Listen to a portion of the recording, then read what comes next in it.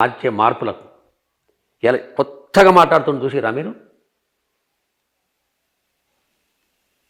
చంద్రబాబు నాయుడు గారి మీటింగ్లల్లో ఆయన ఎప్పుడు ముఖ్యమంత్రి కానట్టు, అసలు ఎమ్మెల్యే కూడా కానట్టు, నాకు మొట్టమొదటిసారి ముఖ్యమంత్రి పదవి ఇస్తున్నట్టు ఎన్ని అబద్ధాలు, ఎన్ని రంగుల మార్పు. ఇప్పుడు ఆయనకు కాంపిటీషన్ ఇప్పుడు షర్మిలమ్మ తయారైంది. ఓకే, సో మరొక క్వశ్చన్, వైఎస్ఆర్టీపీ పార్టీ ఫ్లోట్ చేసే రోజుల్లో కూడా ఆ డే 1 నుంచి కూడా ఏబిఎన్ టీవీ5 లాంటి ఛానళ్ళ ప్రతినిధులతో చాలా సఖ్యతగా ఉండేవాళ్ళు. అంటే ఆ పార్టీ పెట్టడం కంటే ముందే వాళ్ళతో జరగాల్సిన చర్చలన్నీ జరిగిపోయి ఉంటాయి. ఎందుకంటే జరుగుతూ ఉన్నప్పుడు టీవీ9, ఎన్టీవీ, ఈ సాక్షి లాంటి ఛానళ్ళని అసలు అలో చేయలేదు. డోర్ ఇన్సైడ్ లాక్ పెట్టేసి మమ్మల్ని బయటే ఉంచారు. అప్పుడు నేను అక్కడ ఉన్నాను కాబట్టి. బట్ ఏబిఎన్ ప్రతినిధులు, టీవీ5 ప్రతినిధులు వెనక నుంచి లోపల ఉండేవాళ్ళు. అసలు ఏంటి ఇంటర్నల్ లింక్స్ ఏంటి? అదేనమ్మా, ఇప్పుడు నేను మొన్న డిబేట్లో చెప్పింది కూడా గదే. ఇది షర్మిలమ్మ గారి నిర్ణయం కాదు. దీని వెంబడి ఒక శక్తులు పనిచేస్తున్నాయి. పవన్ కళ్యాణ్ తిడతాడు, చంద్రబాబు నాయుడు తిడతాడు, రాజధాని రైతులు తిడతారు. తోడుగా మనం ఆ కుటుంబాన్ని చీల్చి షర్మిలమ్మతో తిప్పిస్తాం. నేను షర్మిలమ్మ గారిని ఒక మాట అడగదలుచుకున్నాను. నువ్వు ఏమైదామని అడిగిపోయినావు చెప్పు.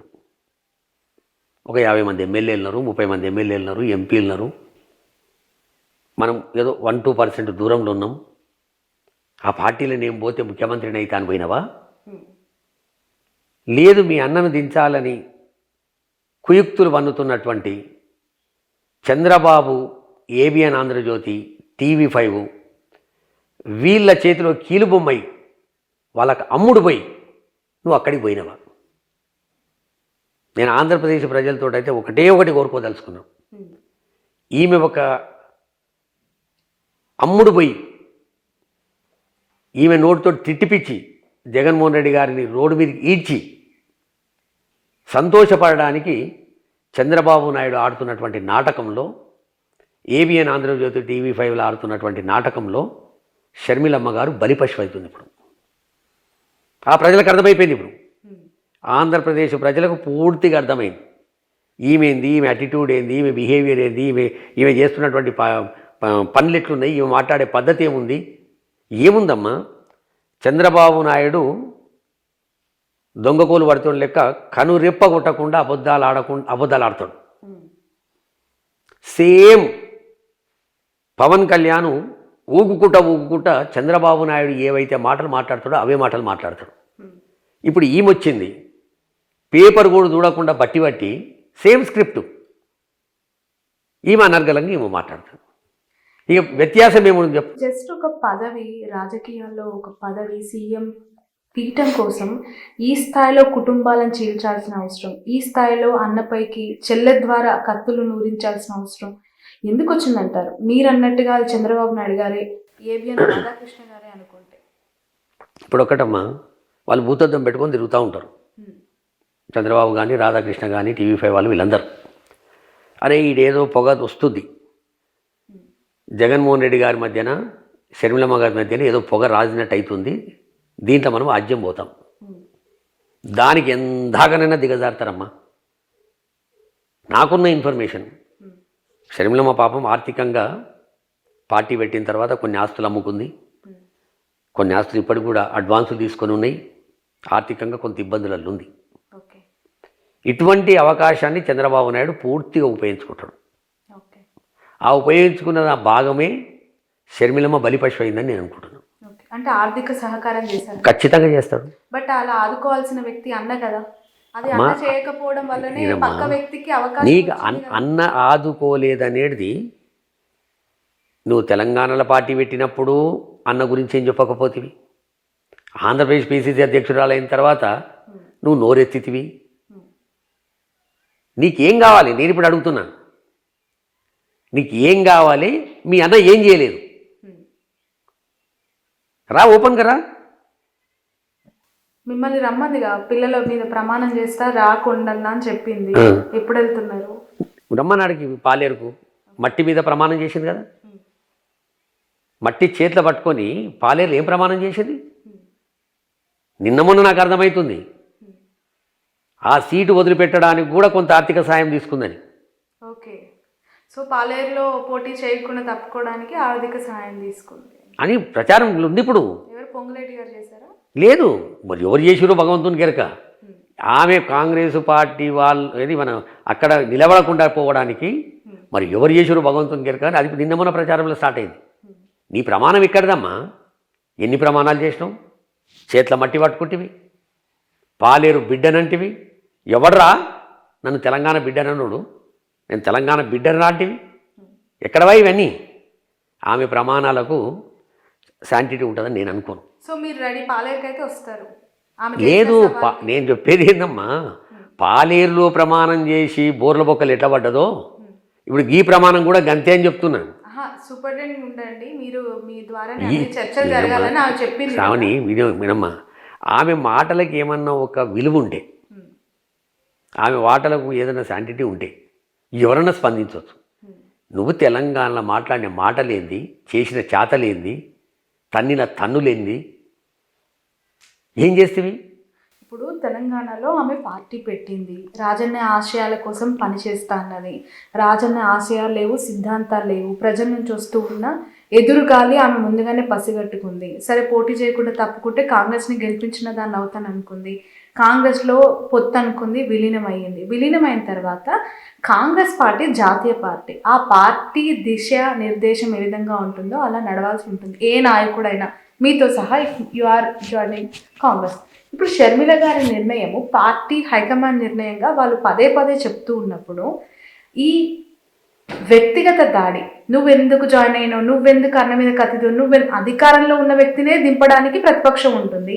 అలాంటిది షర్మిల గారిపై ఎందుకు ఈ స్థాయిలో జరుగుతుంది ఈ రచ్చ అనుకోవాలి అనాలి. పురంధరేశ్వర్ గారు ఉన్నారు, ఎవరన్నా మాటలు మాట్లాడతారు ఆమెతో, ఆమె మీద.